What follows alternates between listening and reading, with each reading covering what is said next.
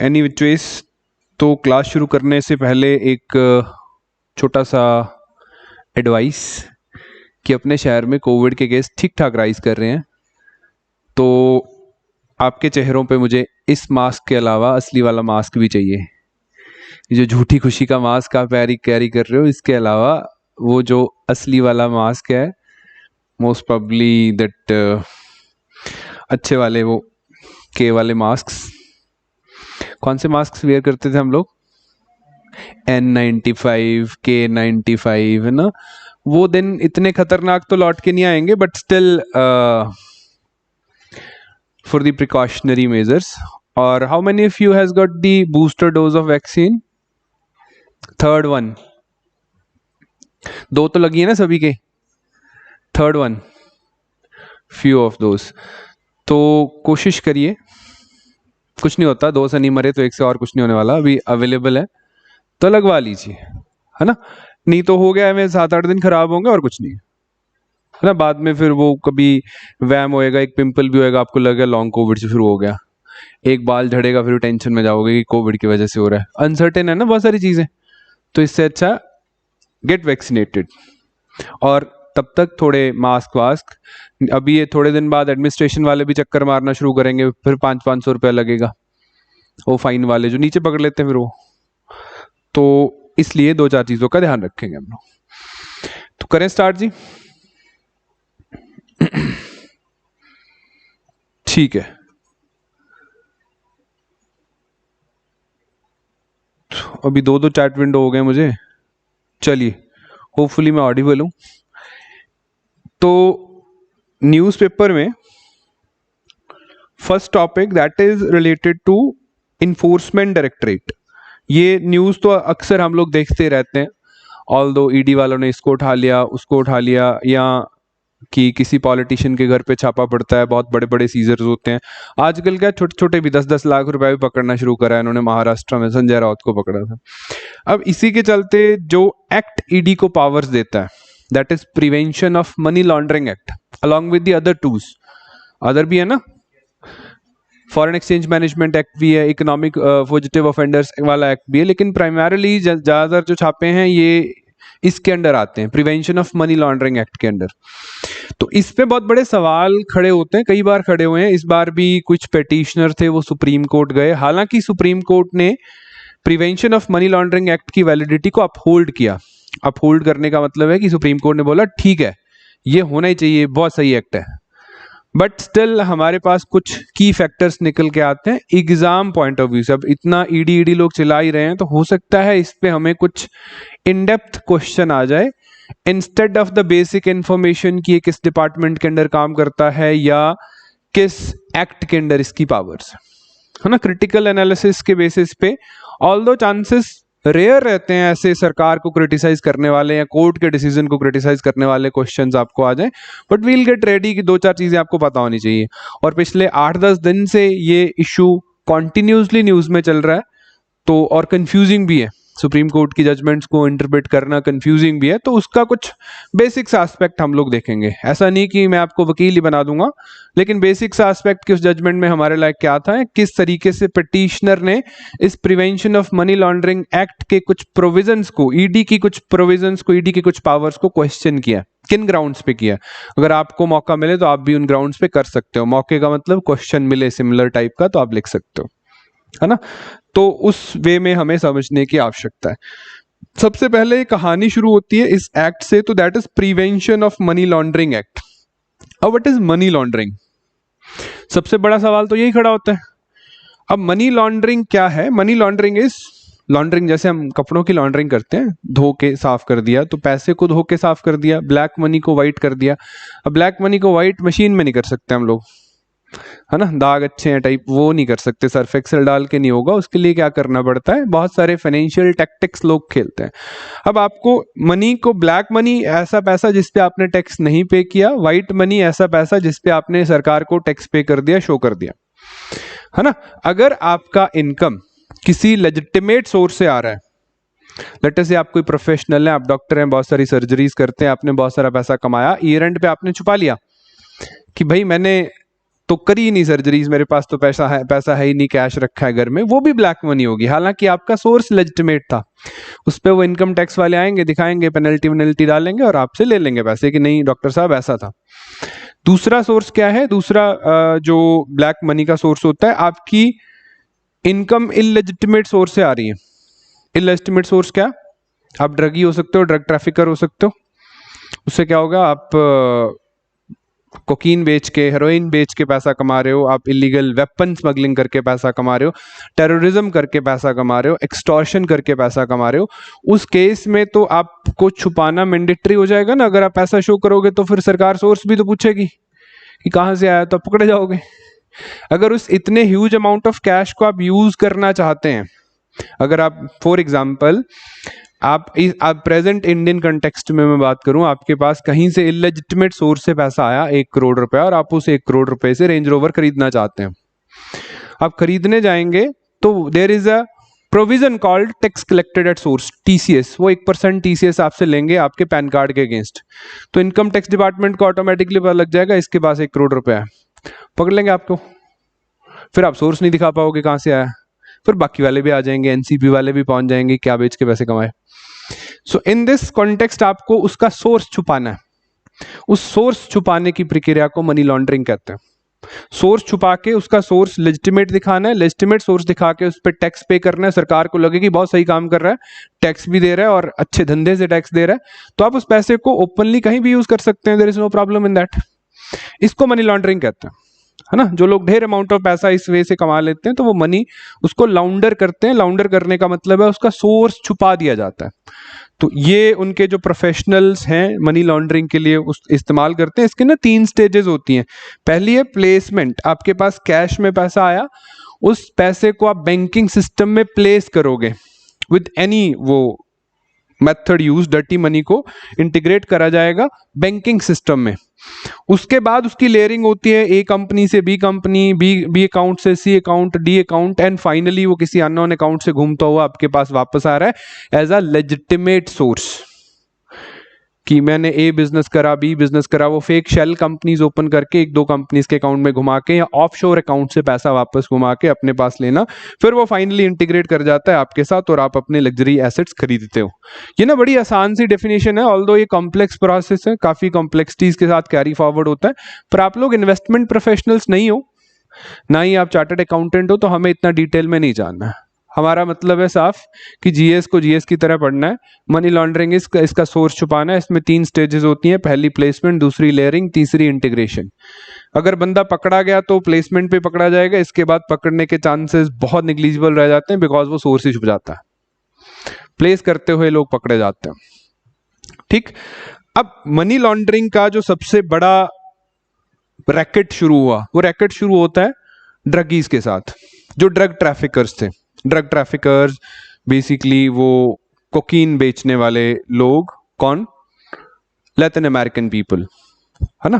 Pablo Escobar, या आप देखे होंगे नार्को शार्कोस देख के बैठे हो लगभग लोग, तो वहीं से शुरू होता है। क्योंकि 1 टन कोकीन बेचना, 1 टन कोकीन ट्रांसपोर्ट करना बहुत आसान काम था। 1 टन कोकीन से कमाए गए पैसे ट्रांसपोर्ट करना बहुत बड़ा काम था, क्योंकि वो ज्यादा थे क्वांटिटी में, 1 टन से भी ज्यादा थे पैसे जो कमाए 1 टन कोकीन को बेच के। तो तब इस तरीके के जो निंजा टेक्निक्स थी इन्होंने इजाद करी कि कैसे हम लोग मनी लाउंडर कर सकते हैं। सो ये ड्रग ट्रैफिकर सिर्फ ड्रग ही नहीं, इनका जो पैसा है वो टेररिज्म में, एक्सटॉर्शन में, बाकी सारी वायलेंस फैलाने वाली एक्टिविटीज में लगना शुरू हुआ। तो ये प्रॉब्लम सिर्फ अमेरिका की नहीं, ये प्रॉब्लम लगभग हर एक डेवलप्ड कंट्री को आई। तब जाके ये चीजें जो है वो इंटरनेशनल गलियारों में डिस्कस हुई कि हमें मनी लॉन्ड्रिंग को रोकना है। अब इसका जो लेयरिंग का प्रोसेस है, it's trans country, trans boundary process. Wire transfer होता है, मल्टीपल कंट्रीज के अकाउंट्स इन्वॉल्व करे जाते हैं, फिर वो किसी चौथी कंट्री के अकाउंट में जाके डिपॉजिट होता है। तो अगर कंट्रीज इकट्ठा नहीं होंगी इस चीज पे, तो कभी भी इस प्रैक्टिस को रोका नहीं जा सकता। इसको कंक्लूड किया गया और सभी कंट्रीज को एक मंच पे लेके आने के लिए ऑफशोर बैंक, सिमरन, जो दूसरे देशों के बैंक्स हैं, मंच पे लेके आने के लिए कुछ इंटरनेशनल कन्वेंशंस करे गए। सबसे पहला convention, it was related to drugs obviously 1988 की बात है, वीना कन्वेंशन कहते हैं। 1988 में डोमेस्टिक लॉज, हर एक कंट्री, मेंबर कंट्री यूएन को बोला गया कि आप ड्रग ट्रैफिकिंग को रोकने के लिए, ड्रग ट्रैफिकिंग को कम्बैट करने के लिए डोमेस्टिक लॉज बनाइए। उनमें एक एंगल इनकी फाइनेंसिंग का भी रहा। तो यहां से कहानी शुरू होती है। उसके बाद नेक्स्ट ईयर जो है वो G7 जो कंट्रीज थी, G7 तो पता है ना, कौन है G7 कंट्रीज?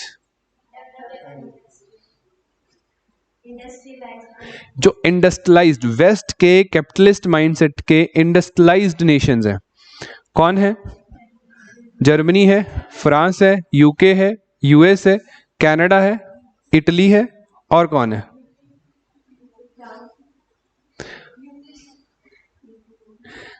चलो लिखते हैं दोबारा। कौन है बताइए G7? यूके है, यूएस है, फ्रांस है, कनाडा है, जर्मनी है, इटली है, जापान है।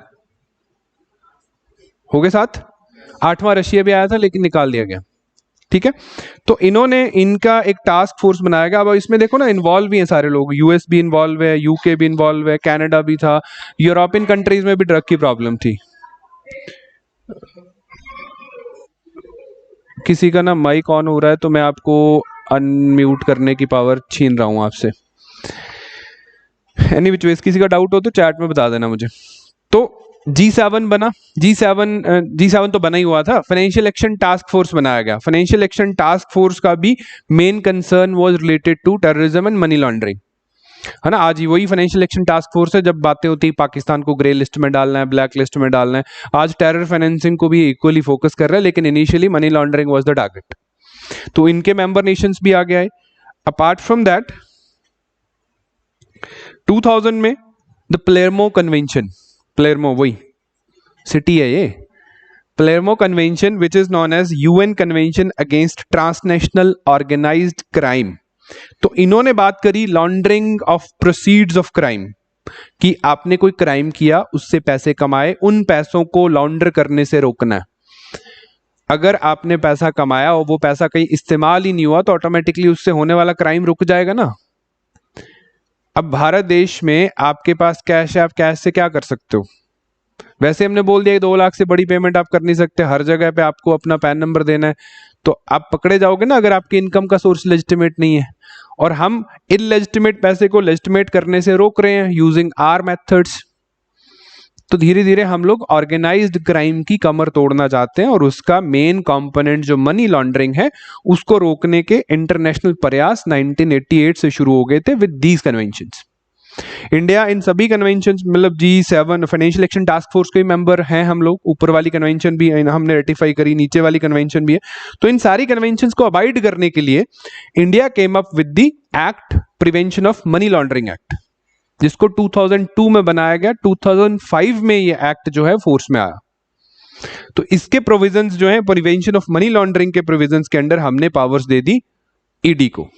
दैट इन्फोर्समेंट डायरेक्टरेट क्या है, सीजर कर सकते हैं, अरेस्ट कर सकते हैं, इंफॉर्मेशन पूछ सकते हैं, वो सारा काम दिया गया ईडी को। और पीएमएलए के अंडर जो पावर्स हैं वो as a equal to a ordinary court, बहुत सारे कुछ सेक्शंस हैं जो इनको ऑर्डिनरी कोर्ट के बराबर की पावर्स देते हैं। इसलिए ईडी सिर्फ कोई इन्वेस्टिगेटिव बॉडी नहीं है, ईडी एक क्वासी जुडिशियल बॉडी है जिसमें इंफॉर्मेशन लेके क्वासी जुडिशियली, मतलब एज ए ऑर्डिनरी कोर्ट भी एक्ट करते हैं। हमने और एक्ट्स में भी देखा है। तो ईडी के बारे में बेसिक इंफॉर्मेशन क्या है? पहली बात, कहाँ पे काम करता है? तो सरकार का रेवेन्यू बढ़ाने का काम है इनिशियली इनका, जो लोग टैक्स नहीं पे करते हैं या टैक्स गलत सोर्सेज का दिखाते हैं। तो department of revenue ministry of finance के अंडर काम करता है। ईडी कोई बंदा नहीं है, ईडी एक डिपार्टमेंट है जिसकी प्रॉपर टीम्स है, वो काम करती हैं। 2 चीजें, money laundering and foreign exchange इनका थीम रहता है। मनी लॉन्ड्रिंग और फॉरेन एक्सचेंज में जो वायलेशंस होती हैं, नॉर्मली देखते हैं ना हम लोग, जो ये बॉलीवुड के हैं या हमारे जो सिंगर विंगर लोग हैं, अक्सर ईडी के चक्कर लगाते रहते हैं। जब भी फॉरेन में कोई शो करके आते हैं तो ईडी वाले बुलाते रहते हैं इनको। क्यों? क्योंकि ये फॉरेन एक्सचेंज में वायलेशंस करते हैं, करेंसी को एक्सचेंज करने के लिए। ज़्यादा पैसे कमा के यहाँ कम किसी इलीगल सोर्स से उसको इंडियन करेंसी में कन्वर्ट किया जाता है, उसके लिए भी ये लोग अपने अपने काम करते हैं। अब apart from prevention of money laundering act ED की जो पावर्स हैं ये फॉरेन एक्सचेंज मैनेजमेंट एक्ट के अंडर भी आती हैं, जो हमारे फॉरेक्स के लॉज को, और रिसेंटली विजय माल्या जी की कर्टेसी के चलते फुजिटिव इकोनॉमिक ऑफेंडर एक्ट 2018 जो हमने बनाया वहां पे भी ईडी की पावर्स हैं उन लोगों के एसेट्स अटैच करने की। ठीक, 3 एक्ट्स। अब ईडी किस नेचर की बॉडी है वो मैंने आपको बताया, ये क्वासी जुडिशियल है, प्योरली जुडिशियल नहीं है, प्योरली इन्वेस्टिगेटिव नहीं है, क्वासी जुडिशियल बॉडी है, ये बात आपको पता होनी चाहिए। ठीक है, अब अपार्ट फ्रॉम दैट अब इश्यूज क्या हैं? अब रिसेंटली जो आ रहा है ये तो बहुत टाइम की बात है ना। रिसेंटली बहुत सारे पिटिशनर सुप्रीम कोर्ट पहुंचे कि there are some flaws, there are some like गलत हो रहा है लोगों के साथ, ईडी को मिसयूज करा जा रहा है, prevention of money laundering act के कुछ सेक्शंस को मिसयूज करा जा रहा है, उन सेक्शंस को इतना स्ट्रिंजेंट नहीं होना चाहिए, उनमें कुछ इश्यूज हैं, कॉन्स्टिट्यूशनल वैलिडिटी के इश्यूज हैं, हमारी लिबर्टी के इश्यूज हैं, या वैसे डेफिनेशंस वेग हैं, तो ED is being misused on the sections of prevention of money laundering act, जिस पे उस पिटिशनर या ग्रुप ऑफ पिटिशनर्स को समस्या थी, वो कोर्ट गया केस। जज साहब बोले सब कुछ ठीक है, तुम वैसे बोल रहे हो। कंक्लूजन ये है इस वर्डिक्ट का कि ठीक है, आप पिटिशनर्स की सारी बातें ठुकरा दी गई, मोस्ट ऑफ द बातें। तो ये बातें अगर आपको नहीं भी समझ में आएंगी तो इट्स ओके, लेकिन मैं आपको 3-4 जो की पॉइंटर्स थे इस जजमेंट के वो बता देता हूँ कि जो हुआ, जो पिटिशनर बात कर रहा था उसमें भी थोड़े बहुत लॉजिक दिख रहे हैं, जो जज साहब बात कर रहे थे उसमें भी थोड़े बहुत लॉजिक दिख रहे हैं। तो अब either way we can counter that. अगर क्वेश्चन आता है prevention of money laundering act के नेचर पे, तो अब दोनों साइड्स की बात हम लोग कर सकते हैं कि क्यों जरूरी है। वो जज साहब वाली बातें अगर क्यों सिटीजन्स के लिए ठीक नहीं है, तो वो पिटिशनर वाली बातें हैं। ये जॉली पिटिशनर है यहाँ पे और ये त्रिपाठी जी जज है सुप्रीम कोर्ट, राइट। तो पहला इनका इशू आया डेफिनेशन ऑफ मनी लॉन्ड्रिंग पे। पिटिशनर का पहला कंसर्न क्या था कि मनी लॉन्ड्रिंग क्या है? मनी लॉन्ड्रिंग है कि आपने इलिजिटिमेट क्राइम किया और क्राइम के पैसे को इकोनॉमी में इंट्रोड्यूस कर रहे हो, बैंकिंग सिस्टम में लेके आ रहे हो, वो मनी लॉन्ड्रिंग है। तो जब तक क्राइम हुआ तो वो ईडी का केस नहीं है, जब तक क्राइम हुआ तो वो पुलिस का केस है, ऐसा पिटिशनर का कहना है। जज साहब बोले नहीं, अगर हमें मॉनेटरी ये रोकना है, अगर हमें लॉन्ड्रिंग को रोकना है तो ईडी को बोथ एस्पेक्ट्स की पावर देनी होगी। इंटायर गोल कि हमें उस इनकम जनरेशन को रोकना है। तो ये पहला जो क्लेम था पिटिशनर का वो इनके द्वारा क्वैश करा गया कि मेन हमारा हर एक प्रोसेस और एक्टिविटी का काम है कि प्रोसीड्स ऑफ क्राइम को रोकना। उसमें हम लोग क्राइम की इन्वेस्टिगेशन भी करेंगे और अगर फॉर्मल इकोनॉमी में उसको इंट्रोड्यूस करा गया, वो लेयरिंग करी गई या इंटीग्रेशन करा गया, उसको भी देखेंगे। दोनों काम ईडी देख रहा है और ये कोई भी गलत नहीं है, पहला एस्पेक्ट। ठीक है, दूसरा एस्पेक्ट आया कि जैसे पुलिस केस में एफआईआर होती है, ईडी के केस में क्या होता है, इन्फोर्समेंट केस इंफॉर्मेशन रिपोर्ट होती है, ECIR. But ECIR is different in some aspects. कैसे? एफआईआर एक तो पब्लिक होता है, पब्लिक डॉक्यूमेंट है, जिसके खिलाफ हुई वो ले सकता है ना, उसको स्टडी किया जा सकता है, उसका वकील उसको इस्तेमाल कर सकता है, सारा कुछ। लेकिन in the case of this ECIR, ये पब्लिक डॉक्यूमेंट नहीं होता। जिसके खिलाफ ये रिपोर्ट हुई है उसको दिखाना ये मैंडेटरी नहीं, दिखाया नहीं जाता, पब्लिक है ही नहीं। ईडी वाले आते हैं, उठा के ले जाते हैं, बिना ओरली कारण बताने का प्रावधान है, लेकिन रिटर्न में कुछ दिखाया नहीं जाता, तो उसको पता ही नहीं लगता कि मुझे अरेस्ट किस वजह से किया गया, राइट। तो दूसरा जो इनके इन्वेस्टिगेशन, अब इस सेंस में क्या हुआ, पिटिशनर का कहना है कि सिर्फ और सिर्फ ईडी की विम पे टिका हुआ है, अगर वो चाहें तो इसका गलत इस्तेमाल कर सकते हैं, तो इसको क्वैश होना चाहिए, इस सेक्शन को क्वैश होना चाहिए, at least this should be made public. यहाँ पे जो जजेस थे उन्होंने थोड़ा मतलब कॉन्ट्रोवर्शियल तो कंजर्वेटिव ओपिनियन दिया, कहते नहीं, ईसीआईआर जो है वो एफआईआर नहीं है और ईडी भी जो है वो इन्वेस्टिगेटिव बॉडी नहीं है, मतलब इन्वेस्टिगेटर्स एज एन इन्वेस्टिगेशन नहीं कर रहे, इंफॉर्मेशन इकट्ठी कर रहे हैं, they are not police officers. अब यहाँ पे जो हमारे जो भी बंदा अरेस्ट हुआ, जो कन्विक्ट है, जो एक्यूज्ड है, उसके पास बाकी सारे जुडिशियल ओवररीच के राइट्स अवेलेबल हैं, वो उनको यूज कर सकता है, उसको बेल के प्रावधान अवेलेबल हैं। तो there is no such problem in that sense कि अगर उसको किसी इंफॉर्मेशन के लिए लिया जा रहा है तो उसको ये जो पब्लिक डॉक्यूमेंट है दिखाना पड़े, सिर्फ और सिर्फ ओरल बताने की, जब उसको अरेस्ट करा जाएगा ओरली उसको बताया जाएगा, ये प्रावधान हमारे एक्ट्स में ऑलरेडी है, there is no such need. I think this can be done, like ये डॉक्यूमेंट पब्लिक किया जा सकता है, this part can be criticised अगर आपको मौका मिलता है क्रिटिसाइज करने का तो। ठीक। अब दूसरी बात जो पिटिशनर का कहना है कि ईडी के पास सिविल कोर्ट की पावर है, ठीक है, ये बात ध्यान से सुनना, ईडी के पास सिविल कोर्ट की पावर है। अब एक नॉर्मल अरेस्ट और ईडी का अरेस्ट है, उसमें डिफरेंस क्या है? नॉर्मल आपको कोई अरेस्ट करके लेके गया, पुलिस ने आपको लॉकअप में बिठाया, थप्पड़ मुक्के मार के आपसे कुछ भी बुलवा लिया, it can not be used against you. Incriminating, self incriminating evidences नहीं काम करते हैं, ये हमारा फंडामेंटल राइट है आर्टिकल 20 के अंडर, है ना। आपसे चाहे लाते घुसे मार के लॉकअप में कुछ भी बनवा लें, कुछ भी लिखवा लें, रिकॉर्ड कर लें, वो आपके खिलाफ इस्तेमाल नहीं होगा अगर एविडेंस नहीं है तो। आप उसके बिहाफ पे आपको सजा नहीं मिल सकती।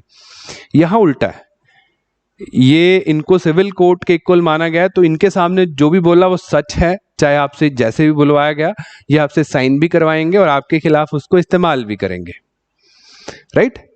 तो इस पे पिटिशनर जो थे वो दुखी थे कि दिस इज अनकॉन्स्टिट्यूशनल, हमारे पास आर्टिकल 20 है जो कि पुलिस के इस तरीके के आर्बिट्ररी एक्शंस के खिलाफ हमारी रक्षा करता है, as well as self incriminating evidence के खिलाफ है।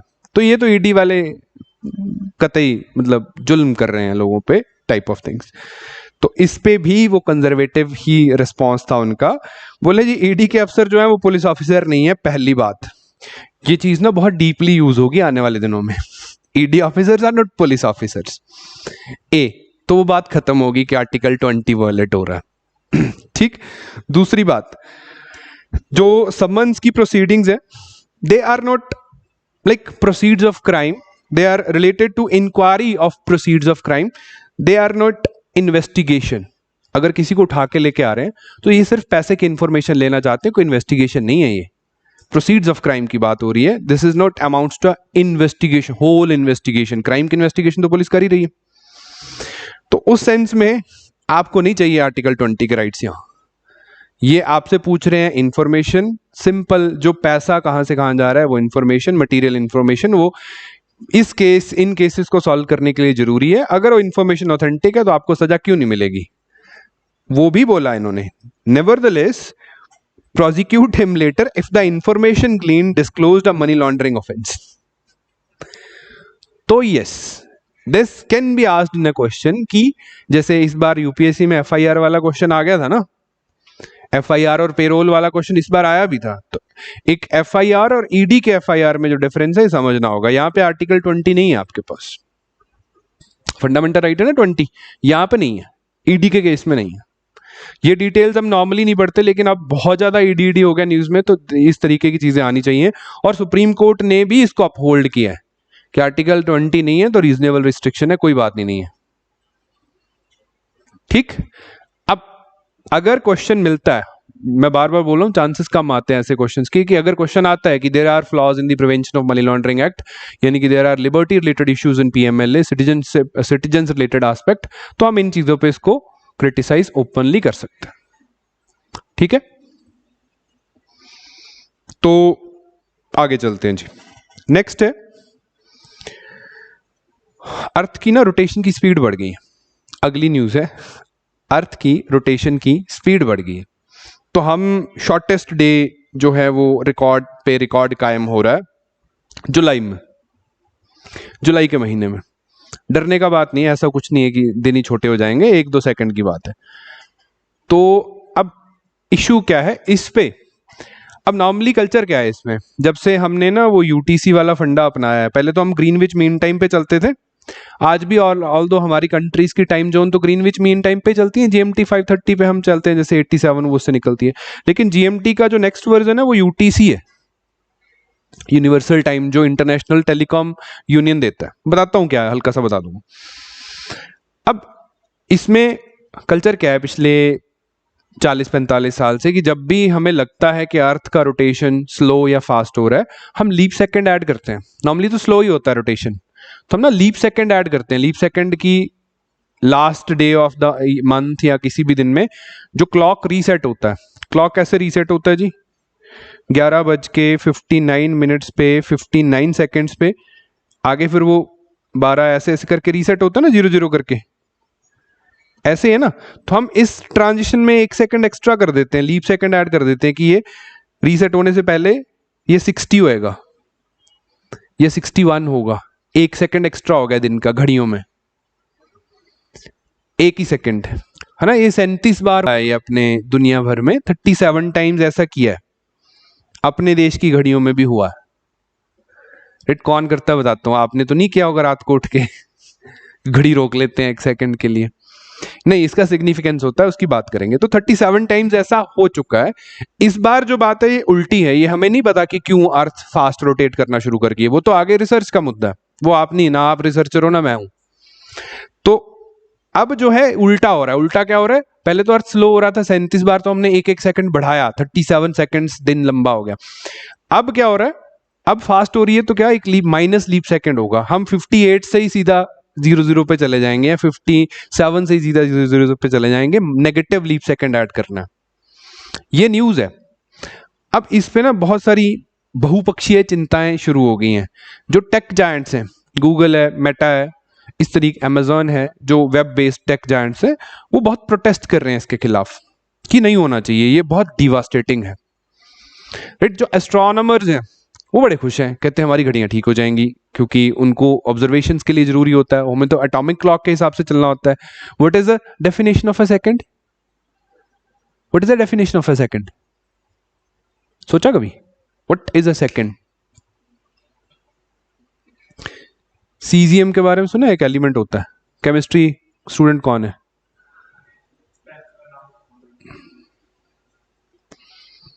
तो एटॉमिक क्लॉक्स में ना सीजियम यूज होता है, मतलब थोड़ी सी हाई फाई बात है। सीजियम का एक एटम अपनी उत्तेजित स्थिति पे पहुंचता है, उसमें जितना टाइम लगता है दैट इज दी 1 सेकेंड, है ना। एटॉमिक क्लॉक में जो सीजियम 137 यूज होता है, तो उसके अकॉर्डिंगली हम अगर दिन को मापेंगे तो ये लीप सेकंड्स वगैरह ऐड करने ठीक है। जो एस्ट्रोनॉमर्स हैं, जो एस्ट्रोनॉमी से रिलेटेड रीडिंग्स ले रहे हैं, उनके लिए दिन का सटीक घड़ियों का होना बहुत ठीक है।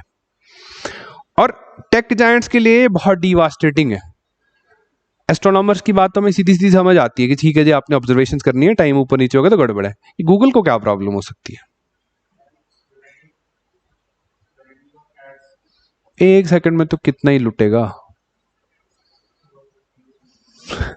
वैसे तो फिर ग्लोबल इंटरनेट आउटेज भी उनको प्रॉब्लम हो जाए, हम थोड़े से दंगे होते हैं, इंटरनेट बंद कर देते हैं, तो फिर तो नहीं रोते वो, वहां एड्स का ज्यादा नुकसान होता है, पूरा पूरा 4-4 दिन बंद रहता है।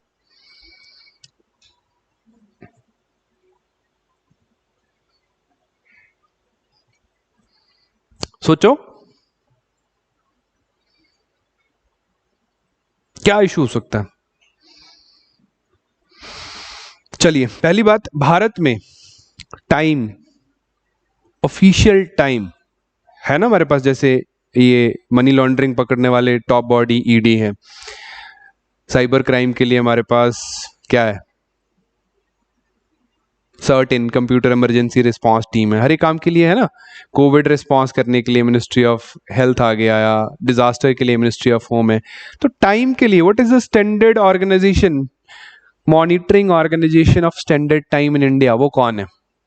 अगर आप इंटरनेशनल ऑर्गेनाइजेशन आईटीयू बोलता है कि 1 लीप सेकंड माइनस करना, कौन करेगा? किसकी घड़ी सबसे पहले ठीक होगी? कौन है? यही इंपॉर्टेंट क्वेश्चन है जो यहां से निकलता है। That is council of scientific industrial research, national physical laboratory. ज्यादातर स्टैंडर्ड्स यही सेट करते हैं, 1 किलोग्राम एक्चुअल डेफिनेशन क्या होगी, लेंथ की डेफिनेशंस जो हैं, टाइम की जो डेफिनेशंस हैं, वो यही डिसाइड करते हैं। तो सबसे ये है custodian of Indian standard time. बहुत अच्छा क्वेश्चन है, फ्रेम हो सकता है। स्टेट्स तो ऐसे क्वेश्चन से प्यार में पड़े हुए हैं, आ जाते हैं फैक्चुअल क्वेश्चन, और दोबारा कभी नहीं दिखेगा, क्योंकि हम नहीं पढ़ेंगे कभी इसको। एक ही बार लीप सेकंड ऐड माइनस होता है, हर बार थोड़ी ना होता है।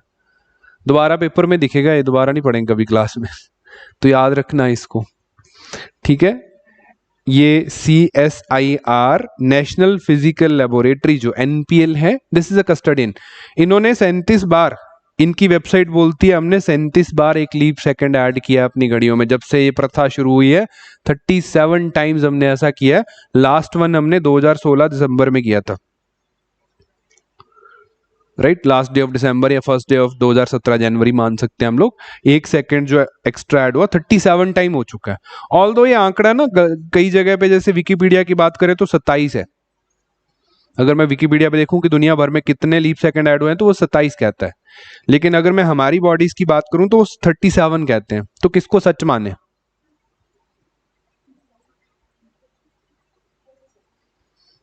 जिसकी नौकरी करनी है उसको सच मानेंगे ना हम, अपनी सरकार को सच मानेंगे हम। ठीक है, 37 हो सकता है, विकिपीडिया पे तो कोई भी कुछ भी लिख देता है। ITU चेक करने का मुझे टाइम नहीं मिला, उनकी थोड़ी सी वेबसाइट कॉम्प्लेक्स है, और देख लेंगे कल तक। इंटरनेशनल जो टेलीकॉम यूनियन है जिनका मेन काम है ये, वो बताते हैं कब ऐड करना है, लेकिन हम भी सच्ची बोलते हैं, हम झूठ नहीं बोलते। तो इंडियन गवर्नमेंट की वेबसाइट से 37 टाइम ऐड किया है तो किया है, कल तक चेंज हो सकता है, लेकिन आज तक तो 37 ही है, 27 नहीं मान रहे हम लोग, राइट। तो अब टाइम की जो डेफिनेशन है, ऑल दो ज्योग्राफी चल रहा है तो अच्छे से आप पढ़ ही लोगे ना, ग्रीनविच मीन टाइम क्या होता है वो आप पढ़ लोगे। ग्रीनविच मीन टाइम का नेक्स्ट वर्जन जो इसका सक्सेसर आएगा that is UTC, universal time करके ना। तो जो नेटवर्क टाइम प्रोटोकॉल है, जैसे internet based companies, internet based communication होने लगा, तो उनके लिए जो सटीक आंकड़ा टाइम का आता है वो UTC है। उसको मेजर करने का एक फॉर्मूला है, वो सोलर एंगल से कुछ करके करते हैं, जो कि नॉर्मली हम लोग ग्रीनविच मीन टाइम में हम लॉन्जिट्यूड लैटिट्यूड पे डिपेंड रहते हैं। तो अब UTC 1972 ऑनवर्ड्स कर रहे हैं, और सारे जो सॉफ्टवेयर कंपनीज हैं अपने सॉफ्टवेयर्स में शेड्यूलर्स यूज करती हैं। नॉर्मली शेड्यूलर्स क्या होते हैं? टाइम बाउंड कैलकुलेशंस होती हैं। जिन जिन सॉफ्टवेयर्स में टाइम बाउंड कैलकुलेशंस होती हैं उनमें ऑटोमेटिक क्लॉक्स लगे हुए हैं, auto clocks, computer run auto clocks लगे हुए हैं, जिनके बेसिस पे बहुत सारा डेटा कंपाइल होके सॉफ्टवेयर्स अपना रिजल्ट्स दिए जा रहे हैं, है ना। वो है UTC के बेसिस पे। अगर आज हम लोग UTC में 1 सेकंड ऐड या 1 सेकंड माइनस कर देंगे, +1 या -1 कर देंगे, तो वो सारे सॉफ्टवेयर शेड्यूलर्स इनको रीसेट करने पड़ेंगे, which is a gigantic task. अगर नहीं करेंगे उन सॉफ्टवेयर शेड्यूलर्स को, तो उनमें और इस टाइम में डिफरेंस आना शुरू हो जाएगा। It may lead to internet outage. अब इनकी घड़ियां 1 सेकंड पहले रीसेट हो रही है नेक्स्ट डे पे, उनकी घड़ी 1 सेकंड पीछे जा रही है। सम ऑफ द डेज में बहुत बड़ा डिफरेंस क्रिएट करेगा। आपकी सब्सक्रिप्शंस पहले बंद होना शुरू हो जाएंगी। इंटरनेट का रिजल्ट जो डे बेसिस पे आता है, AI की जो परफॉर्मेंसेज है वो विड्रॉ होना शुरू हो जाएगी। आपकी जो वेदर परफॉर्मेंस डेज के हिसाब से आती है वो उल्टा पुल्टा होना शुरू हो जाएगा। तो बहुत सारी चीजें हैं जो इंटरनेट आउटेज को लीड करती हैं। हुआ 2012 में किया, रेडिट आउटेज हुआ था US में, बहुत बड़ा था। 2016-17 में भी ये बहुत बड़े आउटेजेस हुए थे इनके सर्वर्स में। तो 1 सेकंड में भी अगर सर्वर आउटेज होता है तो बहुत बड़ा अमाउंट ऑफ डेटा जो है वो लॉस्ट हो जाता है। ठीक, तो इसके लिए इनको ना वो सॉफ्टवेयर शेड्यूलर्स को रीसेट करना पड़ेगा। होगा कुछ नहीं, पॉसिबल है, किया जा सकता है, डूएबल है, लेकिन वो डीप कोड में, अब Google is a heap of code, Meta is a heap of, बहुत बड़ा जाइगेंटिक कोड है। उस कोड में हर शेड्यूलर को ढूंढना, रीसेट करना, it may have certain errors, और वो एरर्स इनकी सर्विसेज को डिसरप्ट कर सकते हैं बहुत बैडली। तो इसलिए ये खिलाफ है UTC में 1 सेकंड ऐड या 1 सेकंड माइनस करने के। इन्होंने प्रॉपर कैंपेन चलाया, US में कुछ ऑर्गेनाइजेशंस को भी साथ लिया है। हो सकता है न्यूज आपको बार बार दिखे। ठीक, तो कोऑर्डिनेटेड यूनिवर्सल टाइम मैंने आपको बता दिया। अब एक चीज है कि ये स्लो कैसे हो रहा है, इस पे ना लोग स्पेकुलेट कर रहे हैं। अभी स्लो हो रहा है तो हम मानते हैं, चलो भी बिग बैंग से घूमना शुरू किया, धीरे धीरे फ्रिक्शन से स्लो हो रहा है, वो हम मान ही रहे हैं कि अर्थ का रोटेशन रेवोल्यूशन बहुत फ्रैक्शनल रेट्स पे आराम से स्लो हो ही रहा। लेकिन अब फास्ट कैसे हो गया, नोबडी नोज। लेकिन कुछ लोग इसको चैंडलर वॉबल बोल रहे हैं। अभी इसके नाम पे सीमित रहेंगे, अगर ये चैंडलर वॉबल बहुत न्यूज में रहा आने वाले दिनों में तो इसको पढ़ लेंगे। इन शॉर्ट ये समझिए कि अर्थ का जो एक्सिस है, अर्थ का रोटेशनल एक्सिस में कुछ चेंजेस, डेविएशन, आप इसको समझ सकते हैं। रोटेशनल एक्सिस है अर्थ का जो, उस एंगल में सम चेंजेस, इतना समझ लीजिए आसान भाषा में। अगर ये बार बार किसी ने, अखबार वालों ने चिल्लाया इसको लेके, कल इंडियन एक्सप्रेस एक्सप्लेन पेज लेके आ गया, तो हमें पढ़ना पड़ेगा, वरना बेसिक इतना इनफ है। Chandler wobble is related to earth's rotational axis. Normally ऐसे क्वेश्चन आ जाते हैं ना, जैसे 2015 UPSC में क्वेश्चन आ गया था, गोल्डीलॉक जोन्स क्या है, गोल्डीलॉक जोन करके वो नासा वाले चलाते ही रहे 1 साल की, हमने उस प्लैनेट में गोल्डीलॉक जोन ढूंढ लिया है, उसमें गोल्डीलॉक जोन ढूंढ लिया है। इट इज अगेन एस्ट्रोनॉमी का फैक्ट था वो, कि हर एक प्लैनेट में, हर एक स्टार सिस्टम में एक हैबिटेबल जोन होता है, आया कुछ भी नहीं उस पे, इसी पे क्वेश्चन आ गया कि गोल्डीलॉक जोन क्या है। सिमिलरली अगर ये वोबल वोबल चलाते रहे, चैंडलर वोबल, तो ये हमें पता हो कि एटलीस्ट किससे रिलेटेड है। तो किससे रिलेटेड है, हमारे रोटेशनल एक्सिस की बात करते हैं, कहते हैं थोड़ा सा चेंज हो रहा है, इस वजह से हम फास्ट हो रहे हैं। That's it. अब इसको डिटेल में तब पढ़ेंगे जब ये हमें लगेगा कि सिग्निफिकेंटली बार बार दिख रहा है, हर एक अखबार कवर कर रहा है, एग्जामिनर की आंखों में पड़ गया तो आ सकता। ठीक, प्रॉब्लम्स की बात हमने कर ली है। अब आगे चलते हैं। नेक्स्ट आर्टिकल था इंडियन एक्सप्रेस में, कॉलम पेज पे अशोक गुलाटी, प्रोफेसर अशोक गुलाटी के आर्टिकल्स इंपॉर्टेंट होते हैं, पढ़ लिया करो इनको, है ना। इंडियन एक्सप्रेस में, हिंदू में नहीं आते, इनके एक्सप्रेस में आते हैं। ये हो गए, या सी राजा मोहन है, उनके आर्टिकल्स अक्सर अच्छे होते हैं। तो जो अशोक गुलाटी जी हैं, ये एग्रीकल्चर इकोनॉमिस्ट है, एग्रीकल्चर से जुड़ी हुई इकोनॉमी, एग्रीकल्चर इकोनॉमी को मार्केट से लिंक करने की अक्सर बातें करते हैं। रिसेंटली इनका जो आर्टिकल है that is related to inflation, महंगाई की, महंगाई जो प्रेजेंटली वी आर, आप ये तो बात तो आप समझ ही गए हो कि महंगाई का दौर है। इन्फ्लेशन जो है वो हमारी प्रिस्क्राइब्ड लिमिट से बाहर जा रहा है। इन्फ्लेशन इज महंगाई की दर, महंगाई बढ़ रही है, कितनी बढ़ रही है, वो 6% से क्रॉस कर रही है, जो हमारी मैक्सिमम लिमिट है। सरकार ने आरबीआई की ड्यूटी लगाई है कि महंगाई को 4 से 6 +-2 के ब्रैकेट में रखना है। 4 +-2 यानी कि लीस्ट 2%, हाईएस्ट 6, 2 से कम नहीं होनी चाहिए, 6 से ज्यादा नहीं होनी चाहिए। इसके लिए रिजर्व बैंक ऑफ इंडिया की ड्यूटी है कि जब भी उनको लगे कि महंगाई बढ़ रही है तो वो ब्याज दरें बढ़ा देते हैं, जिससे मार्केट में पैसे की थोड़ी कमी आती है, डिमांड कम होती है, महंगाई कम हो जाती है। अगर उनको लगता है कम है तो वो चीप मनी पॉलिसी लेके आते हैं, ब्याज की दरें कम होती हैं, लोग ज़्यादा लोन लेते हैं, ज़्यादा लोन लेके ज़्यादा स्पेंडिंग करते हैं, प्राइस बढ़ जाते हैं। It's the economy factor. नहीं भी समझ आएगा इट्स ओके। इतना समझिए कि देश में महंगाई को कंट्रोल करने की जो बॉडी है वो रिजर्व बैंक ऑफ इंडिया है। जैसे वो CSIR वाला हमने एनपीएल टाइम के लिए देखा, महंगाई के लिए रिजर्व बैंक ऑफ इंडिया। अब गुलाटी साहब का कहना है कि आरबीआई ने जितना भी जोर लगाया, सिर्फ टमाटो ने फेल कर दिया। सिर्फ टमाटर ने आरबीआई के जो एफर्ट्स थे देश में महंगाई कंट्रोल करने के, उनको फेल कर दिया। तो that become interesting for us कि हाउ, कैसे टोमेटो ने कर दिया। इन्होंने ये बोला कि टोमेटो ने इस साल किया, अगले साल पोटैटो और अनियन भी कर सकते हैं, महंगाई को कम करने के एफर्ट्स। तो उनकी हमें बात करनी है कि हाउ। तो देश में महंगाई को लेके जो टेक्निकलिटीज हैं, इकोनॉमी की बातें, वो इकोनॉमी में हो जाएंगी। आसान भाषा में महंगाई महंगाई है जिसमें आप समझते हो कि कल चीज 5 की थी, आज 10 की होगी, महंगी होगी। अब RBI as a monitoring body inflation को कंट्रोल करने के लिए एक बास्केट को कंसिडर करता है, एक इंडेक्स को कंसिडर करता है, उसको बोलते हैं सीपीआई। अब देश भर में बहुत सारी चीजें हैं जिनका प्राइस ऊपर नीचे हो रहा है। किसी एक सटीक आंकड़े पे पहुंचने के लिए हमें एक इंडेक्स चाहिए होगा, वो इंडेक्स है कंज्यूमर प्राइस इंडेक्स। प्रॉब्लम यहीं से शुरू होती है, कैसे टमाटर पे पहुंचेंगे हम, यहीं से शुरू होती है। तो आरबीआई के पास ऑफिशियल आंकड़ा इन्फ्लेशन का क्या है, सीपीआई है। ये भी क्वेश्चन हर एक पेपर में लगभग आ चुका है कि आरबीआई इन्फ्लेशन में किसको कंसिडर करता है, जीडीपी डिफ्लेटर को करता है, डब्ल्यूपीआई को करता है, सीपीआई को करता है। तो हम सीपीआई को करते हैं, कंज्यूमर प्राइस इंडेक्स, कि कंज्यूमर की जेब पे कितना फर्क पड़ रहा है प्राइस इंडेक्स का। उसमें हमने 229 आइटम्स ऐड करी हैं, सॉरी 299 आइटम्स, लगभग 300 मान सकते हो। 300 आइटम्स ऐड करी गई हैं, 6 वैरायटी ऑफ ग्रुप से ये आइटम्स ऐड करी हैं। लेकिन सबसे बड़ा वेटेज जो है वो फूड एंड बेवरेजेस का है, फूड एंड बेवरेजेस का। और 39% उसमें से मील्स हैं, prepared meals, sorry food items हैं, फिर 5% प्रिपेयर्ड मील्स है, और फिर 1.25% के आसपास नॉन एल्कोहलिक बेवरेजेस हैं। कि हमारे पास जो महंगाई का आंकड़ा आ रहा है उसमें 45.86% जो चीजें हैं वो फूड से रिलेटेड है, फूड एंड बेवरेजेस से रिलेटेड है, और बेवरेजेस भी नॉन एल्कोहलिक वाली, कि उनका प्राइस कितना ऊपर नीचे हो रहा है। So Indian inflation is driven by food. अगर मैं सीपीआई की बात करूं, अगर फूड इन्फ्लेशन कंट्रोल में है तो सीपीआई लगभग कंट्रोल में आ जाता है, कंसिडरिंग द अदर फैक्टर्स जो काम डाउन है।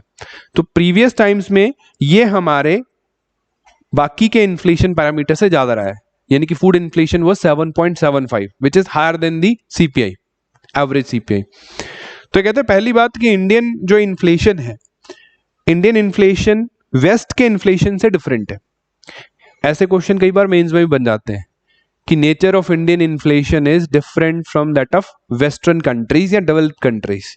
वो कैसे डिफरेंट है? अगर आप वेस्टर्न बास्केट्स देखेंगे सीपीआई वगैरह की, वहां पे फूड का वेटेज बहुत कम है। अब यूएस में देखेंगे, उसका कंपैरिजन इन्होंने दिया कि आप जर्मनी में जाइए 8.5% है, हमारे पास 45% है ना। फूड कंसिडर करते हैं हम लोग कि food is a major significant. वो कैसे बास्केट बनाई जाती है उसके लिए सर्वे होते हैं, घरों में जाके लोगों को पूछते हैं भाई क्या खरीदते हो, सबसे ज्यादा पैसा कहाँ पे लगता है। तो एक हाउस होल्ड अपनी स्पेंडिंग्स कहाँ कर रहा है उसके हिसाब से बास्केट बनेगी। तो हमारी स्पेंडिंग्स 45% वेटेज वहां पे चला जाता है। डेवलप्ड कंट्रीज में ये लगभग 15-20% के आसपास वेरी करता है, except some of them just like Pakistan. तो चलो हमारा पड़ोसी है, वो डेवलप नहीं है, वहां पे 34-35% है। वेस्ट की कंट्रीज में 10-15% के आसपास वेरी करता है। वो 10% फूड को कंसिडर कर रहे हैं, फूड इन्फ्लेशन को, हम लोग 45% कंसिडर कर रहे हैं। इट मेक्स इंडियन इन्फ्लेशन आंकड़ा डिस्टिंग्विश्ड फ्रॉम द वेस्ट। ये बात पता होनी चाहिए। दूसरी बात, अब टोमेटो कैसे डेविलिश बन गया हमारे लिए। फूड में भी वेजिटेबल सेगमेंट में अगर जाएं तो टॉप परफॉर्मर इन्फ्लेशन में था टोमेटो। 150% का राइज हमने देखा year on year price growth में टोमेटो में। तो आरबीआई कोशिश कर रहा है ब्याज दरें कम करने की। अब क्रेडिट कार्ड पे टोमेटो कौन लेता है? राइट, इसकी डिमांड ऐसा तो है नहीं कि आप टोमेटो से हीरे बना रहे हो घर पे लाके। इट्स दी कॉमन यूज, हमारा स्टेपल फूड है अनियन टोमेटो, हम लेते है ना। इसका प्राइस बढ़ा तो हमारी पॉकेट से वो एक्सपेंडिचर एक्स्ट्रा हो ही रहा है। अब उसमें हम चाहे ब्याज की दरें कम कर लें, मॉनेटरी पॉलिसी को कंट्रोल कर लें, एक्सपैंड कर लें, हमारी ये ईटिंग हैबिट्स तो नहीं चेंज होने वाली अनटिल अनलेस का इसका प्राइस 1000 रुपये नहीं हो जाता, या हमारे पास कोई और अल्टरनेटिव नहीं है हमारी करीज में एक वो टेस्ट ऐड करने के लिए, टिंज ऐड करने के लिए। तो इस वजह से ये इसको इन्होंने बहुत दूसरे पर्सपेक्टिव से रिप्रेजेंट करा। अब देखने लायक बात ये है कि टोमेटो इस बार प्रॉब्लम दे रहा है, आने वाले टाइम में अनियन और पोटैटोज भी दे सकते हैं। तो आरबीआई का रेपो रेट यहां काम नहीं करेगा, यहां हमें एक अल्टरनेटिव सॉल्यूशन की आवश्यकता है। अब बेसिक बात समझिए, चलो इन्होंने बता के चले गए, हो सकता है इनकी बात को कोई सुन ले, हो सकता है ना सुने। बेसिक बात ये है कि ये बात सच है कि एन एवरेज इंडियन कंज्यूमर का लगभग स्पेंडिंग्स, जो मेजॉरिटी ऑफ द स्पेंडिंग्स हैं, तो हेल्थ पे हो जाता है या घर की आइटम्स, फूड आइटम्स खरीदने में हो जाता है।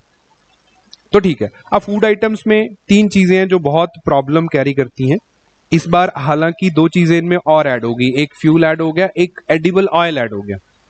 एडिबल ऑयल्स बहुत महंगे हो गए थे बिकॉज यूक्रेन क्राइसिस चल रहा था, या क्रूड ऑयल के क्राइसिस के कारण एडिबल ऑयल के प्राइसेस पे इफेक्ट पड़ा, और फ्यूल महंगा हो गया। वो 2 चीजें और on the top of that होगी।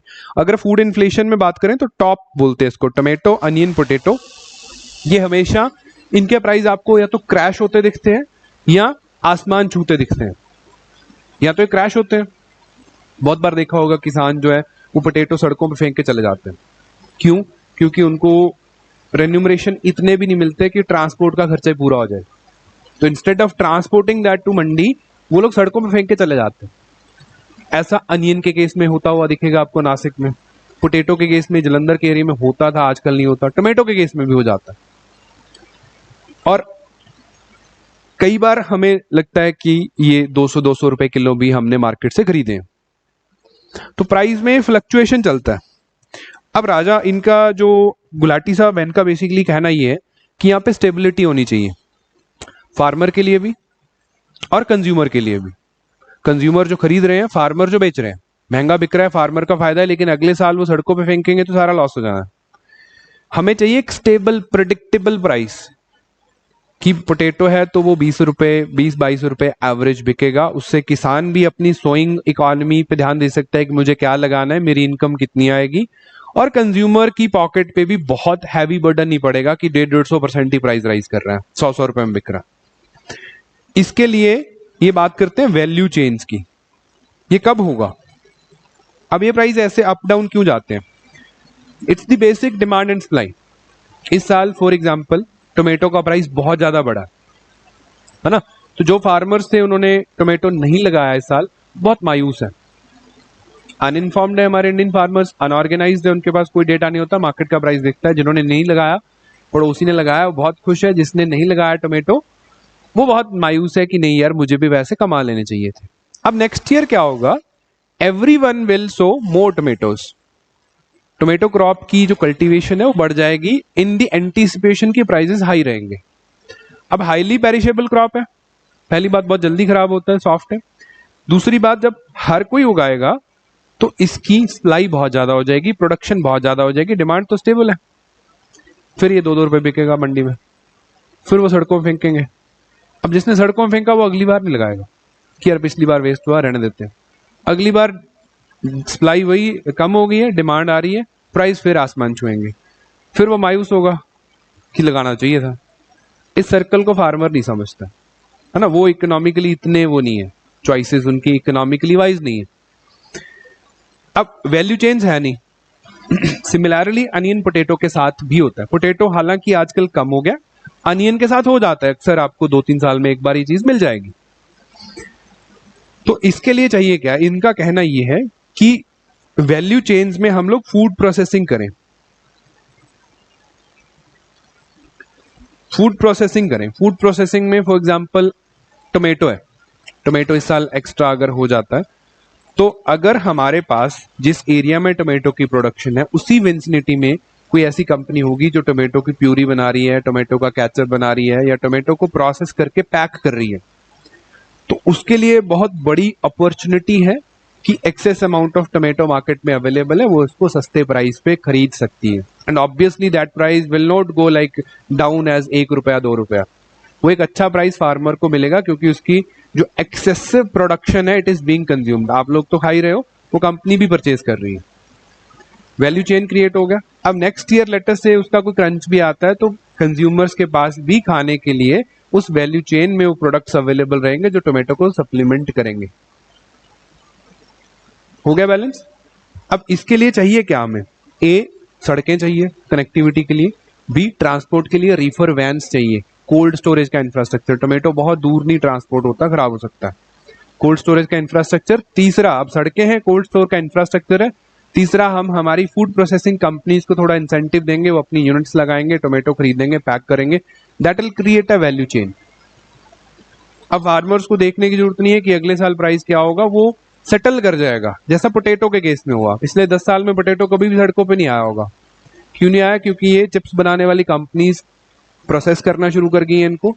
दूसरा, जो कोल्ड स्टोरेजेस है they are dedicated for the tomato as well, sorry potato, और उस केस में वो स्टोर भी हो रहा है, फार्मर्स को जो इसका लगभग 10-15 रुपए जो प्राइस है वो मिल रहा है। ये वैल्यू चेंज हमें क्रिएट करनी पड़ेंगी इन तीनों के लिए। अब इसका काम 2017 में शुरू हुआ था जब अरुण जेटली फाइनेंस मिनिस्टर थे, उन्होंने टॉप स्कीम इंट्रोड्यूस करी थी। टॉप 500 करोड़ रुपया भी दे दिया कि हम लोग वैल्यू चेन सेटअप करेंगे, इनकी फूड प्रोसेसिंग स्टार्ट करेंगे और इससे प्राइस भी स्टेबल हो जाएगा, लोगों की इनकम भी बढ़ेगी। अब टॉप इज आर प्रायोरिटी, अगले साल मोदी जी ने एक अच्छे भाषण में ये बोला भी कि TOP is our priority, TOP is tomato onion potato. लेकिन रिसेंटली इस टॉप को इन्होंने ट्रांसफॉर्म कर दिया टोटल में। टोटल मतलब हर एक वेजिटेबल को ही हम लोग फूड प्रोसेसिंग वैल्यू चेन में ऐड करना चाहेंगे, जिससे क्या हो रहा है, फोकस जो है वो डिसोरिएंट हो रहा है। अब फोकस डिसोरिएंट हो रहा है तो इस वजह से जो एग्जैक्ट आउटपुट था वैल्यू चेन क्रिएट करने का इन 3 फ्लक्चुएटिंग कमोडिटीज का, वो नहीं हो पाया। तो हमारे प्राइसेस फ्लक्चुएट कर रहे हैं और ये they are leading to the food inflation, और उसकी वजह से आरबीआई मॉनेटरी पॉलिसी टाइट करता जा रहा है और बिजनेसेस को भी हर्ट हो रहा है, और इन्फ्लेशन अभी भी यथावत बना हुआ। ये सारी चीजें हैं। तो बेसिकली जो टॉप से टोटल हुआ उसको ये क्रिटिसाइज कर रहे हैं कि ये ठीक नहीं हुआ, या टोटल में भी हम लोग सेगमेंट वाइज अच्छा बजट देके अच्छे काम मतलब टारगेटेड वे से इसको प्रोसेसिंग में लेके आए। आप कोई भी इनका आर्टिकल पढ़ेंगे ना, अशोक गुलाटी का, लगभग ये इसी थीम की बात करता है, मार्केट लिंकेज की बात करता है। कभी भी ऐसी बात नहीं करेंगे कि एमएसपी को डबल कर दो या फार्मर्स को फ्रीबीज ज्यादा दे दो। ये इकोनॉमिकली यानी थोड़ा सा कैपिटलिस्टिक माइंडसेट से मार्केट लिंकेज में बिलीव करता है। जो 3 फार्म बिल्स आए थे उनको भी इन्होंने प्रशंसा ही करी थी कि बहुत अच्छी बात है, यूरेका मूवमेंट है फार्मिंग के लिए, एंड ही एक्सप्लेन्ड स्टैटिस्टिकली कि कैसे इनका बेनिफिट होगा। इकोनॉमिस्ट है, स्टैटिस्टिक्स में तो अच्छे होते हैं लोग, यहां भी यही स्टैटिस्टिकली इन्होंने बताया कि भाई आने वाले टाइम में हमें ये टॉप से जो टोटल कर तो दिया है लेकिन इसका ओरिएंटेशन खराब हो गया, सेवरल अदर वेजिटेबल्स ऐड कर लिए बट हम इन तीनों को स्टेबलाइज नहीं कर पाए। Other than potato, tomato and onion, अभी भी उसी फ्लक्चुएशन से मूव कर रहे हैं। जब ये दो फ्लक्चुएशन बंद कर देंगे, बाकी वेजिटेबल्स को बाद में ध्यान में रखा जा सकता है, क्योंकि उनका यूज केस कम है। अब पत्ता गोभी की चिप्स तो नहीं ना बन सकती, आलू की तो बन रही है ना। तो सिमिलरली अदर वेजिटेबल, अब गाजर का केचप कैसे बनेगा? हर एक वेजिटेबल की एक इकोनॉमिक वैल्यू है ना, किसी में कितनी ऐड हो सकती है, किसी में कितनी ऐड हो सकती है। टॉप प्रायोरिटी इन 3 की है, उसके बाद बाकी वाले आएंगे। लेकिन अगर हम पहले सभी को इंक्लूड कर रहे हैं तो इनके वाले गोल जो है वो डिले हो जाएगा, ऐसा इनका मानना। अब इस इंफॉर्मेशन को प्रीलिम्स में जैसे टॉप क्या है या टोटल क्या है उसे हम यूज कर सकते हैं। सीपीआई में फूड का वेटेज बहुत ज्यादा है। मेन एस्पेक्ट से कि इंडियन इन्फ्लेशन और वेस्ट के इन्फ्लेशन में जो अंतर है उसको कई बार यूटिलाइज किया जा सकता है। ओवरऑल वैल्यू चेन्स बनाने का इन्फ्लेशन से क्या फायदा है, गवर्नमेंट ऑफ इंडिया का रोल क्या है इन्फ्लेशन को कंट्रोल करने के लिए, सरकार की जो फिस्कल पॉलिसी है, गवर्नमेंट का रोल क्या है तो ना, चाहे इनडायरेक्ट है, डायरेक्टली तो हमने आरबीआई के हाथ में दे दिया है। अब ये आरबीआई का काम थोड़ी है वैल्यू चेंज बनाना, वैल्यू चेंज बनाना सरकार का काम है, गवर्नमेंट ऑफ इंडिया का रोल है। सरकार वैल्यू चेंज डेवलप करेगी, इंफ्रास्ट्रक्चर डेवलप करेगी, जिससे ये जो बॉटलनेक्स हैं, सप्लाई चेन बॉटलनेक्स हैं, दूर होंगे। तो फूड का इन्फ्लेशन कंट्रोल रहेगा, बाकी एरिया तो ठीक ही चल रहे हैं हमारे, बाकी तो 6.6 पे, फूड का 8 पे पहुंचा हुआ है। अब फ्यूल इंटरनेशनल है, एडिबल ऑयल इंटरनेशनल है, वो कभी ना कभी तो शॉर्ट हो ही जाएगा। बाकी हमारे जो इंटरनल मैटर है वो उसको लीड कर रहे हैं, ठीक। बाकी ऐसी कोई बात नहीं है, श्रीलंका जैसे हालात नहीं होने वाले, बट इन्होंने जो बातें रखी वो लॉजिकल है। तो last topic for today that is electoral bonds. तो एसबीआई की रिपोर्ट आई है, उन्होंने बोला पार्टीज ने ना 10,000 करोड़ रुपया चंदा इकट्ठा कर डाला इलेक्टोरल बॉन्ड्स को यूज करते। 10,000 करोड़ इज लाइक ठीक ठाक बड़ा अमाउंट है। तो हमें बेसिकली 2 चीजें देखनी है यहाँ पे। एक ही क्या बड़ी बात है, 10,000 करोड़ आ गया तो क्या नुकसान है, क्या फायदा है। दूसरा है इलेक्टोरल बॉन्ड्स क्या होते हैं। किसी को पता है इलेक्टोरल बॉन्ड्स क्या होते हैं? यहाँ ना नीचे एसबीआई की ब्रांच होगी, चंदा इकट्ठा करके खरीद के लाओ एक कल 1,000 रुपए का।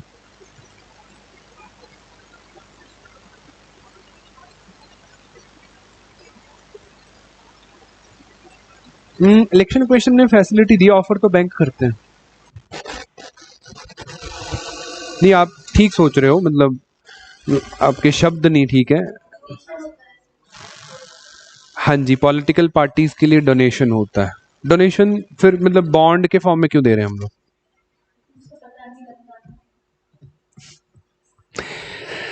ठीक है, तो जैसे वो दिल्ली वाले केजरीवाल जी कहते हैं ना कि जो करप्शन है, सभी भ्रष्ट हैं वैसे तो, ऊपर तक पैसा जाता है, लेकिन जो असली करप्शन है वो शुरू होती पॉलिटिकल डोनेशन से। कि एक बड़ा इंडस्ट्रियलिस्ट है, किसी पार्टी को उसने 100 करोड़ रुपए दे दिए हैं, तो 100 करोड़ ऐसे तो नहीं दिए होंगे, जब वो पार्टी सत्ता में आएगी तो वो उनसे अपने बेनिफिट्स तो लेगा, है ना। या दूसरी बात है, अगर वो 100 करोड़ रुपया ऐसी पार्टी को दे देता है जो सत्ता में नहीं आई, और जो पार्टी सत्ता में आ गई वो पार्टी उसको उसका वैसे मोर बना देंगे वो कि तूने उसको पैसे दिए, हमें नहीं दिए, है ना। तो वो भी इरेगुलरिटीज कैरी कर रहा है, करप्शन कैरी कर रहा है। तो असली करप्शन वो नहीं है कि जो एक ट्रैफिक लाइट पे खड़ा कांस्टेबल 500 रुपए ले लेता है।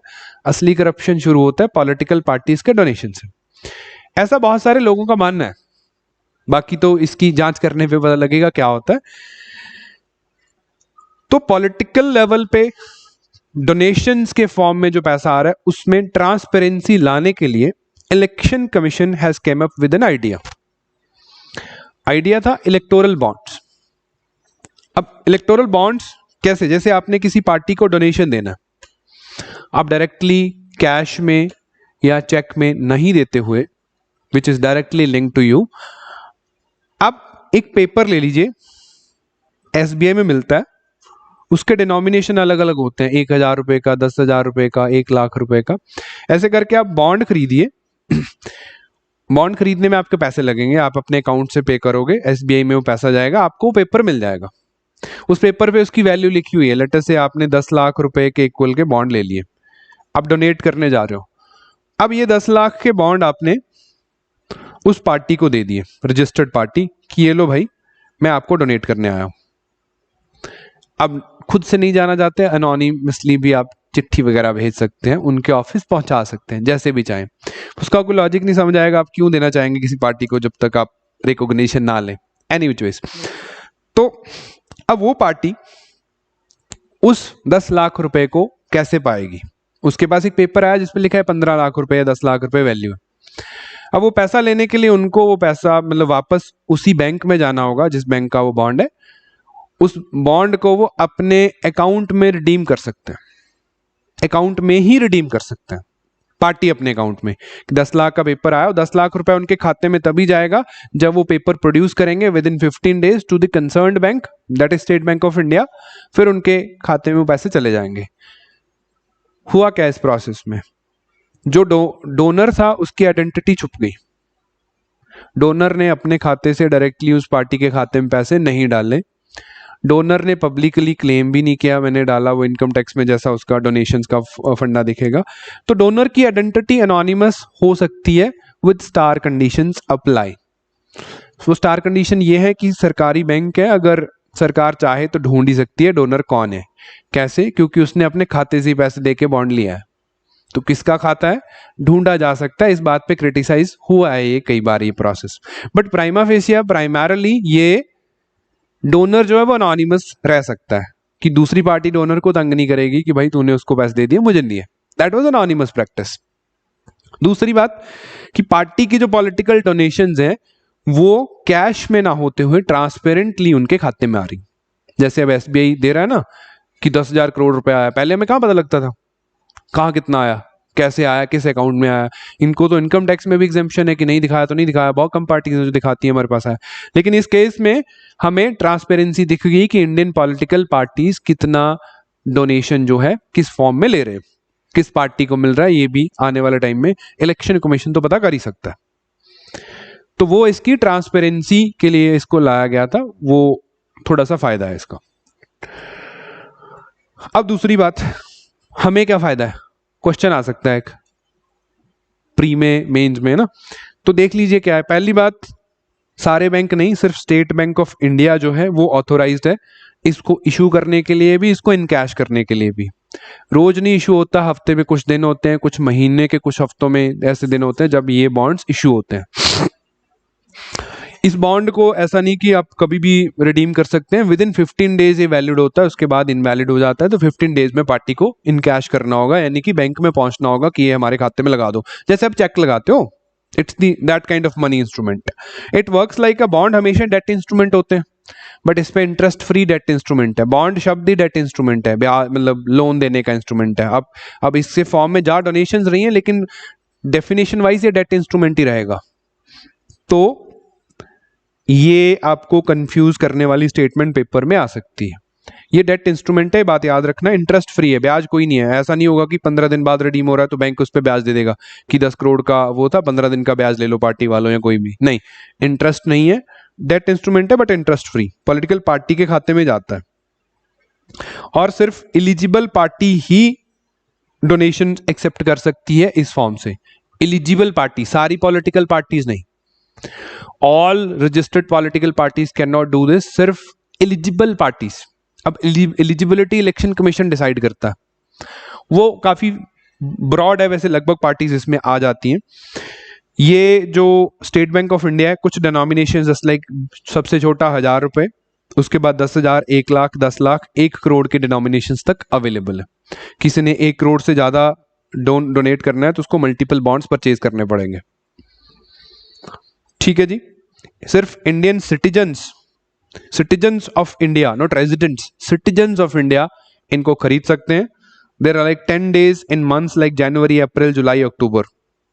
जुलाई निकल गया, आप नहीं खरीद पाओगे, आप अक्टूबर में खरीद के देखना। ठीक, तो सिर्फ सिटीजन्स ऑफ इंडिया इसको खरीद सकते हैं। डिनोमिनेशन याद करने की जरूरत नहीं है, वैसे आसान ही है, 1000, 10,000, लाख, करोड़।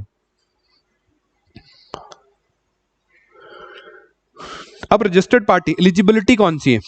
एलिजिबिलिटी ये कहती है कि वो पार्टीज जो section 29A of representation of people act 1951 के अंडर रजिस्टर्ड है एंड 1% से ज्यादा वोट्स आई हैं उनको, किसमें? जो पिछला जनरल इलेक्शन हुआ था लोकसभा का या स्टेट लेजिस्लेटिव असेंबली का। या तो हमारा एमपीज का इलेक्शन हुआ था, जैसे सरकार बनती है 2019 में होगा, 24 में होगा, या हमारा स्टेट का एमएलए इलेक्शन होता है, उसमें उस पार्टी को 1% से ज्यादा टोटल वोट आई हो तो वो एलिजिबल है, सारे नहीं है।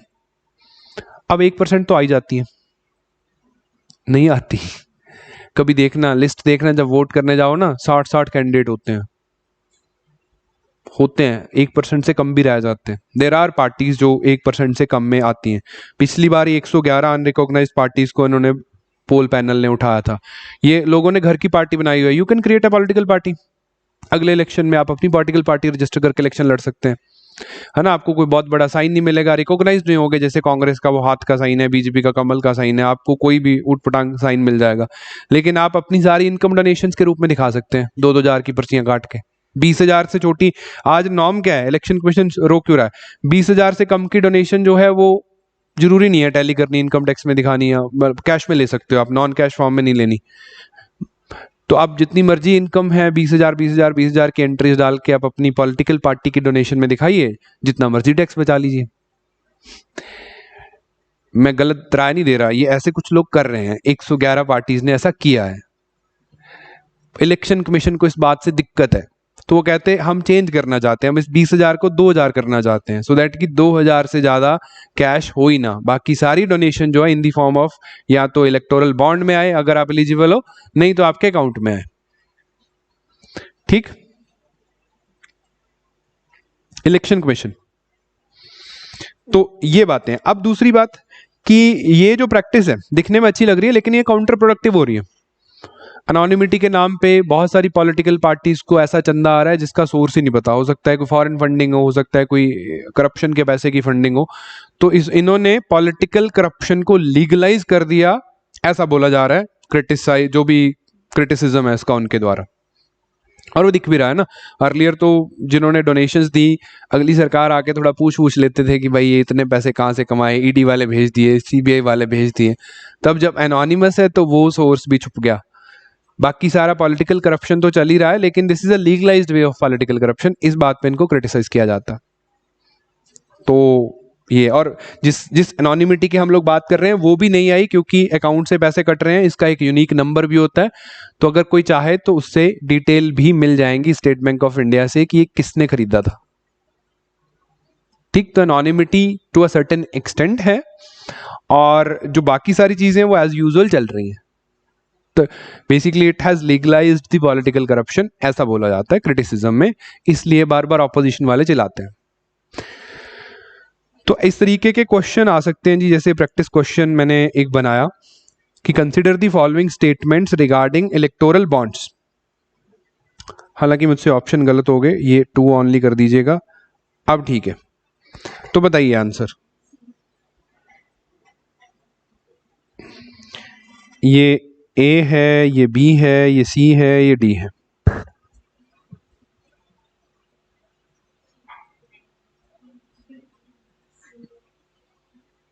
दिख रहा है, स्टेटमेंट तो रीडेबल है। चलो भी पहले सी वाले हाथ खड़े करें, 2, फिर बी वाले मेजॉरिटी, फिर कोई एनी अदर एल्स। सी में और कोई है, सी डी पे या ए पे। तो देखो, सिर्फ वैसे थोड़ा सा एरर है मेरे एंड पे, आप क्लेम कर सकते हो अपने bonus marks. Public sector banks are authorised to issue in cash these bonds, नहीं, only State Bank of India है, बाकी पब्लिक सेक्टर बैंक्स नहीं है, सिर्फ स्टेट बैंक ऑफ इंडिया। ये गलत हो जाएगी स्टेटमेंट, राइट। ये बात ठीक है कि 15 दिन के लिए वैलिड होता है, ठीक है। इस तरीके से वो और स्टेटमेंट्स डाल सकते हैं, all political parties are eligible, तो नहीं है, सिर्फ वही है 1% वाली 29A के अंडर जो रजिस्टर्ड है, अनरिकॉग्नाइज्ड पार्टीज नहीं है।